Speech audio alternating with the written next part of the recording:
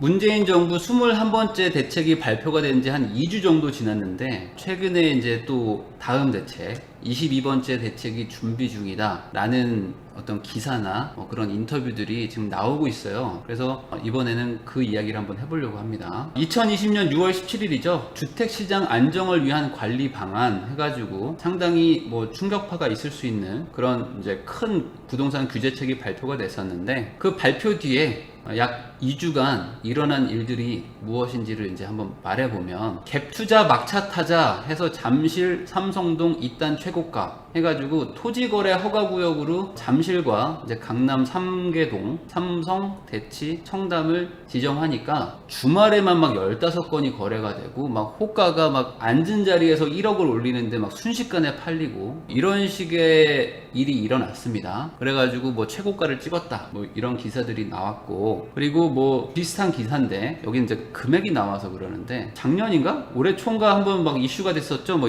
리센치에서 16억에 거래돼가지고 뭐 서울 집값 이제 폭락한다고 했을 때 한때 막 리센치가 막 실시간 검색어 1위가 막 됐었는데 그 리센치입니다. 16억에 거래됐다고 폭락된다던 리센치가 23억에 막 거래가 되고, 그 옆에 있는 엘스도 막 22억에 거래가 되고, 그 바로 옆에 있는 또 트리지움도 뭐 20억 1000만원 해서 막 신고가를 막 엄청 찍어버렸어요. 이런 일이 일어났습니다. 그리고 뭐 용인이 이번에 막 규제가 들어가죠. 그래서 용인이 전반적으로 규제가 많이 들어가고 그 인근 지역들도 규제가 들어가니까 나름 경기도에서 살기 좋은 동네라고 할 수 있는 분당 쪽이 이제 집값이 막 이딴 신고가를 찍었다, 단숨에 2억이 뛰었다 라는 기사들이 막 뜹니다. 이번엔 계룡 천안 비규제 지역도 풍선 효과 해서 한국감정원에서 제시한 상승률인데 15일이 대책 발표 전이죠. 근데 22일은 대책 발표 이후죠. 이 일주일 사이에 계룡시, 천안시, 뭐 부산 이런 데가 급등을 하더라 라는 기사도 뜹니다. 6.17 대책 일주일 뒤 집값 상승률 1위는 김포다. 제가 6.17 대책 그 분석하면서 경기도에 빠진 지역이 있다, 여기 이거 어떡하려고 이러냐 라고 얘기를 했었는데 예상대로 경기도 김포시가 일주일 동안 1.88%가 올랐다 라는 그런 기사도 있습니다. 그러니까 정부가 이제 바로 즉각적인 대응을 하려고 하겠죠. 김포, 파주 등도 이상 징후 나타나면 언제든지 추가 규제하겠다 라고 이제 김현미 장관이 이제 인터뷰를 합니다. 그리고 국토부 1차관도 김포나 파주에 7월에 규제 지역으로 적용될 수도 있다, 그러니까 집값이 올라가는 것을 예의주시하고 있다 라고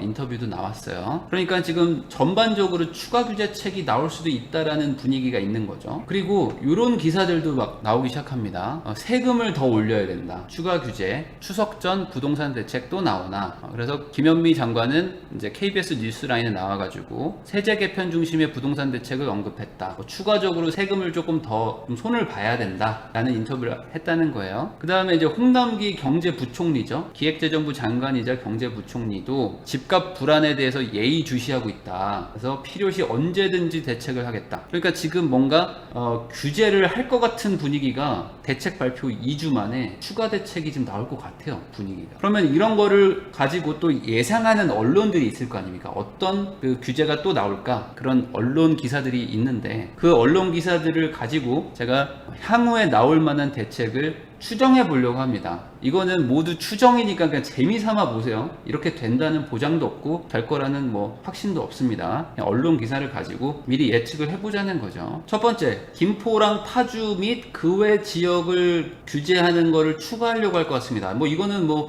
김포랑 파주는 거의 100%가 되지 않을까 싶은 느낌이네요. 아까도 말했듯이 차관까지 나와가지고 7월에 규제 지역이 될 수도 있다 라고 얘기하는 걸 보면은 빠르면 7월, 뭐 늦어도 8월 정도? 왜냐면 김포가 지금 일주일 동안 1.88%가 올라가 버리니까 지금 어찌 보면 막 난리가 난 거죠. 그러니까 이거를 규제를 안 할 수가 있겠는가 라는 생각이 드네요. 그러니까 이건 뭐 된다고 봐야겠죠. 그 다음에 두 번째, 간주 임대료를 증세하겠다, 이런 게 있습니다. 이게 좀 이해가 안 되실 수 있을 것 같아서 설명을 해볼게요. 22번째 부동산 대책 갭 투자 세금으로 막는다라는 뭐 단독 기사가 6월 24일에 나왔는데, 여기에 보면은 집값 과열 주범으로 꼽힌 갭 투자를 막기 위해서 2주택자 전세 보증금에 과세하는 방안이 검토되고 있다. 그러면 이게 무슨 소리냐? 지금 대출 규제 막 이런 것들, 종부세 규제 막 이런 게 들어가는데 전세를 끼고 집을 사는 사람들은 규제를 할 수가 없지 않느냐, 이게 지금 정부가 생각하는 거예요. 그러니까 전세 끼고 사는 사람들을 어떻게 규제를 할 수 있지? 그러면 전세금에도 세금을 부과하면 되는 거 아니냐? 그러면 전세를 맞추는 거를 부담스러워할 거 아니에요. 그래서 이렇게 생각을 하고 지금 규제가 나올 수도 있다는 겁니다. 2020년 5월 12일에 국세청 보도자료가 발표가 됐는데요. 19년도에 주택임대료 소득이 2천만 원 이하인 사람은 6월 1일까지 종합소득세 신고를 꼭 하라는 보도자료가 나왔습니다.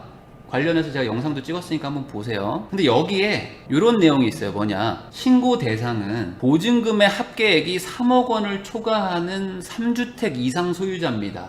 그러니까 주택을 3개를 이상 가지고 있으면서 전세를 주고 있는데 그 전세금이 3억을 넘어가는 사람들은 임대료 소득 신고를 해야 된다는 거예요. 그러니까 쉽게 정리하면 현재 세 채 3주택자부터 전세금도 소득세를 부과하고 있는데 현재는, 근데 이거를 강화한다는 기사가 뜬 걸 보면 이거를 2주택자부터 전세금 소득세를 부과하려고 하는 게 아닐까? 라고 추정을 한번 해볼 수가 있습니다. 그러니까 한 채 가지고 있는 사람은 전세를 뭐 줄 수도 있지만 보통 실거주자라고 생각을 하면 두 채를 가지고 있다면 어쨌든 확실하게 한 채는 전세를 주고 있을 거 아니에요. 그러니까 그 전세금에다가 소득세를 부과하자, 이렇게 규제가 들어갈 것 같아요. 그러면 전세금이라는 거는 뭐 내가 뭐 이자를 받고 이런 게 아닌데 이거를 어떻게 소득세로 계산을 하죠? 라는 의문이 생기실 수가 있는데, 그 간주 임대료라는 개념이 있습니다. 이게 뭐냐? 전세금은 사실상 무이자로 세입자한테 대출을 받은 거나 마찬가지니까 너는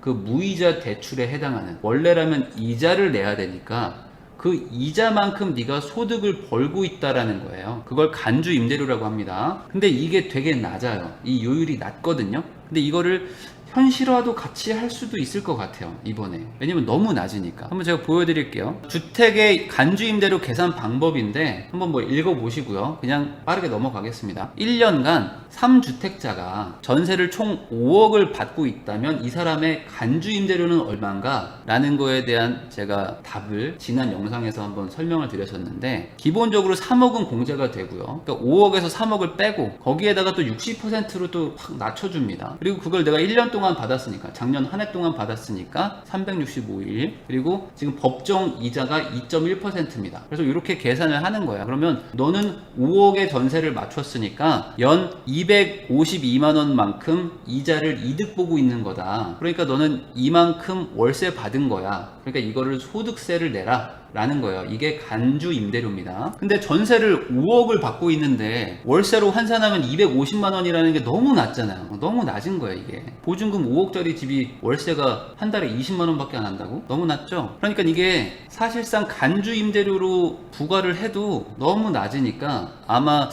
이거를 조금 좀 요율을 상향시키려고 하지 않을까, 개인적인 추측입니다. 그리고 세 번째, 1주택자 양도세 비과세 혜택 축소가 있습니다. 이게 뭐냐면 많은 분들이 조금 충격을 받을 수도 있는 부분인데, 아직 정부가 공식적으로 뭐 이걸 하겠다라고 얘기는 안 했어요. 근데 계속 지금 군불은 떼고 있습니다. 그래서 제가 설명을 한번 해볼게요. 자, 6월 24일 날 아까 그 기사 있죠? 나온 단독 보도 기사에 양도세를 부과할 때 실거주 요건은 더 엄격해질 전망이다. 현재 조정 대상 지역은 시가 9억 원 이하 1주택자가 2년간 보유하면 양도세 비과세 혜택이 주어지고 거주기간과 상관없이 보유기간 기준 최대 80%의 장기 보유 특별공제 혜택이 적용이 되는데 다주택자는 30%밖에 안 되고요. 근데 이거를 조금 강화해야 되는 거 아닌가? 라는 기사가 지금 떴어요. 그리고 이런 기사도 있습니다. 6월 22일자 기사인데 1주택 양도세 감면 축소, 잇따라 군불 집히는 민주당과 정부, 국회 논의 본격화될 듯. 요거는 좀 읽어봐야 돼요. 뭐냐, 정부와 여당이 최근 잇따라 토론회와 보고서 등을 통해서 1주택자의 양도세 감면 혜택을 줄이는 방안을 놓고 군불 지피기에 나서서 주목된다. 발제자로 나선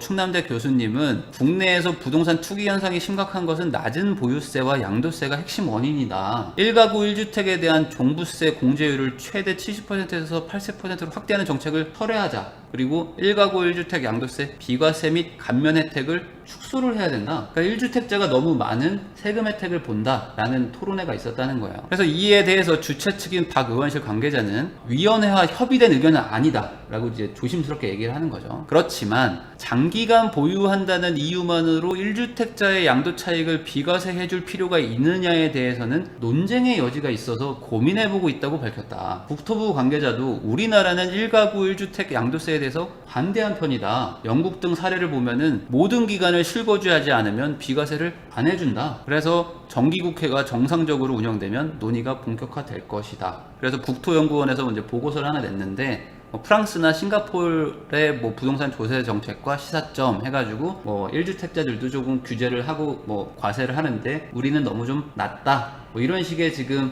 기사가 있었어요. 그리고 6월 15일에 아까 그 보고서를 가지고 기사도 나옵니다. 프랑스와 싱가포르는 실거주자겠죠. 실수요자와 저가주택에 대해서는 세부담을 완화해주면서 투기 및 편법 불법 거래에 대해서는 세금을 중과하고 있다고 소개했다. 그래서 프랑스도 종부세 같은 거를 지금 운영하고 있고 장기 보유한 경우에는 세부담을 완화해주고 단기 보유는 중과한다. 이렇게 한다고 하네요. 그리고 6년 이상 주택을 보유한 경우에는 기간에 따라서 양도세를 추가 공제해주고 22년 이상 보유한 주택에는 실질적으로 양도세를 부과하지 않는다고 되어 있습니다. 그러니까 기간이 엄청 길잖아요. 근데 우리나라는 그 정도는 아니니까 우리나라가 상대적으로 좀 너무 과한 혜택을 주고 있는 게 아닌가라는 내용입니다. 자, 이 얘기를 제가 딱 보자마자 이 1216 대책이 딱 떠올랐어요. 이 1216 부동산 대책에 보면은 이런 파트가 있습니다. 뭐냐면 1세대 1주택자 장기 보유 특별공제에 거주기간 요건 추가가 있어요. 이게 무슨 소리냐? 현재를 보세요. 현재는 1세대 1주택자 근데 실거래가가 9억을 초과해야 돼. 그러니까 소위 말하는 비싼 집이라고 생각할 수 있죠. 비싼 집이지만 1주택자예요. 이런 사람들은 거주기간과 상관없이 보유기간 기준으로 최대 80%의 장기 보유 특별공제를 적용을 하고 있는데 이게 바뀌었습니다. 1216 대책 이후로. 그래가지고 1주택자지만 9억을 초과하는 집에 사는 사람은 장기 보유 공제를 받으려면 거주도 해야 된다라고 바뀌었어요, 정책이. 그래서 기존에는 그냥 보유만 오래 하고 있으면 됐는데 너는 1주택자지만 비싼 집을 가지고 있잖아. 그럼 너는 거주도 해야 돼. 그래서 보유가 10년 하면 40% 공제를 해주고 거주를 10년을 하면 40%를 해서 총 합쳐서 80%를 공제를 해줍니다. 10년 이상이 되면.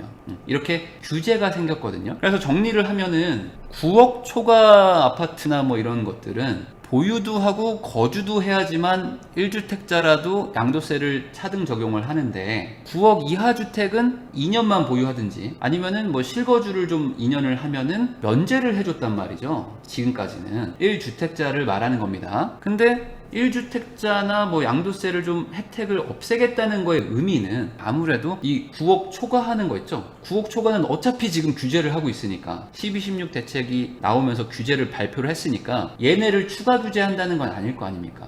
그러니까 9억 이하인 완전히 비과세되는 면제되는 1주택자들도 보유와 거주기간에 따라서 양도세를 차등적으로 적용하겠다는 건가? 라고 제가 조금 추측을 해보는 거죠. 이거는 정해진 건 없어요. 그냥 재미삼아 들으세요. 이럴 수도 있지 않을까? 라고 기사를 보고 제가 추측을 해봤습니다. 그리고 네 번째, 종부세 중과를 강화하겠다. 5월 5일에 기사가 뜨는데 작년 1216 대책에서 다주택자들한테 종부세를 더 많이 걷겠다라고 이제 발표를 했는데 종부세는 법을 개정을 해야 되는 사항인데 국회도 잘 안 돌아가고 하면서 이 법 개정이 안 됐어요. 그래가지고 올해 종부세는 증세가 안 됐고 작년 기준과 동일하게 부과가 됐거든요. 그런데 20대 국회가 이제 끝났잖아요. 그리고 이제 요번에 4.15 총선 이후로 21대 국회가 이제 다시 생겼죠. 그러니까 이제 바로 아마 국회에서 재추진하지 않을까 싶습니다. 그래서 이런 기사들이 뜨는데 일주일 사이 보유세 강화를 3번 정도 언급했다. 세금 규제 임박 경고.